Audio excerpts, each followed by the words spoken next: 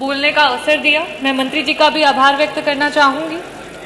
और ये एक ऐसा विषय है जिसपे एक गंभीर चर्चा की अत्यधिक आवश्यकता है, लेकिन उसके बावजूद भी मैं बहुत ही संक्षिप्त में अपनी बातों को रखूंगी, क्योंकि बहुत सारे लोगों ने अपनी बातों को रखा है इस विभाग से रिलेटेड। और मंत्री जी, ये नियम 56 के अंतर्गत आता है, इसलिए मैं आपको घटना बताऊंगी और आपसे अपेक्षा नहीं करती हूं कि आप मुझे जवाब दें, सिर्फ और सिर्फ आपसे आश्वासन की उम्मीद करती हूं।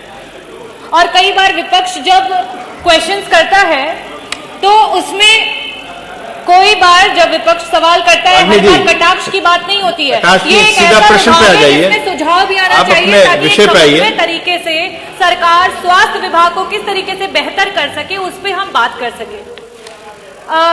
अधिष्ठाता महोदय, बीएचयू में एक 3 वर्ष का बच्चा पहुंचता है हेड इंजरी के साथ, और मगर फिर देखिए, आप एम्स की डॉक्टर है, बीएचयू राज्य सरकार के अधीन नहीं आते। पूरी बात नहीं समझेंगे। उसका एक 3 वर्ष का बच्चा पहुंचता है, और ये मैं एक एग्जाम्पल दे रही हूं कि एक 3 वर्ष का बच्चा हेड इंजरी के साथ पहुंचता है, 3 बजे पहुंचता है, 3:55 पर उसका पहला पर्चा बनता है, 3:55 पे पर्चा बनता है। कागज में कहीं भी सिटी स्कैन के लिए नहीं लिखा जाता। मेरी पूरी बात विषय उस अस्पताल का रखिए जिसका राज्य सरकार से संबंध हो। कि मैं बोलना क्या चाहती हूँ, मेरी बात तो हो जाने दीजिए एक बार। मैं डॉक्टर हूँ, मैं समझती हूँ कि नियम 56 के तहत मुझे क्या बोलना चाहिए। कम से कम मेरी बात वो तो एमबीबीएस में नहीं सिखाते। मैं जो बोलना चाह रही हूँ उसे सुन तो लीजिए।